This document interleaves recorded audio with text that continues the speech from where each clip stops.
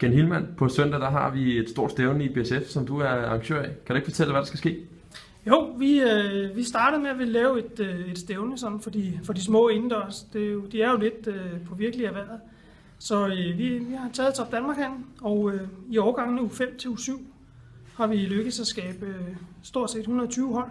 Det er 600 små fodboldspillere, der kommer på besøg med en masse forældre, så der bliver fest og farver i Top Danmark hen. Jeg ved, der vil være nogle aktiviteter ud over selve fodboldkampene. Hvad vil der ske i Top Danmark hen? Jamen, vi afholder lotteri. Vi har lykkes rigtig godt med at skaffe en masse sponsorpræmier. Så der bliver rigtig mange præmier. Derudover så kommer Target Sport med en stand, hvor der vil være mulighed for at prøve fodboldmål med huller i, og små fodboldmål og rebounder og hvad han ellers tager med. Så der er Jomasal. Klubben holder Jomasal derude. Så der er alle muligheder for at komme ud og få en rigtig hyggelig dag, udover at se en masse god fodbold for vores små drenge. Jeg ved, I har aktiveret nogle af foreningens medlemmer, blandt andet ved dommer og nogle ungtræner osv. Kan du ikke fortælle lidt om, hvordan I har brugt medlemmerne her i klubben? Jamen, der har været rigtig stor opbakning til det her stævne på alle lederkanter. De erfaringer, der er i bestyrelsen for eksempel, er bragt videre til os. Det er første gang, vi holder et stævne, så det er selvfølgelig noget af en post, der skulle holde det for 120 hold. Men derudover så har U14-drengene har velvilligt stillet op og skal dømme alle vores kampe.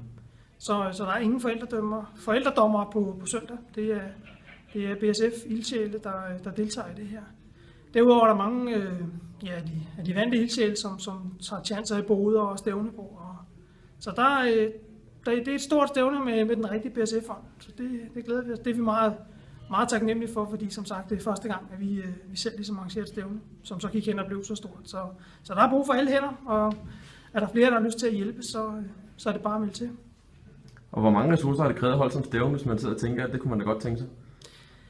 Men det har krævet noget. Det har krævet en del aftener, en del weekender. Efter jeg for dig, Simon, fik en mailliste på 400 personer, og sendte den ud og ligesom informerede om vores stævne, så tog det fart.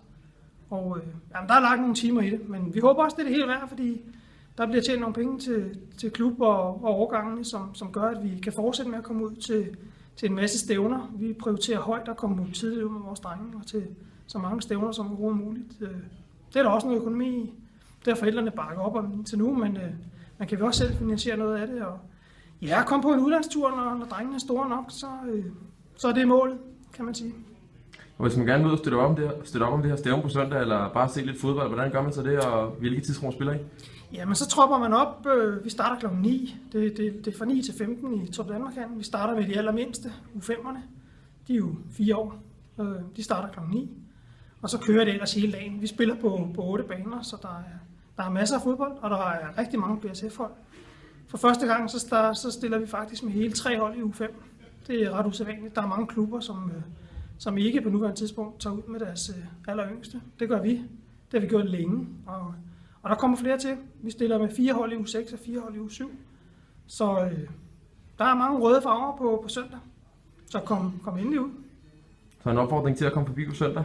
Ja, det er en opfordring til at komme på søndag. Altså, som sagt, der er Jomasal også. Klubbens Jomasal er jo placeret derude, fordi der vil være mange mennesker, så der vil være boder, hvor man kan købe slåsejs, hapsdog og alt, hvad der nu hører til.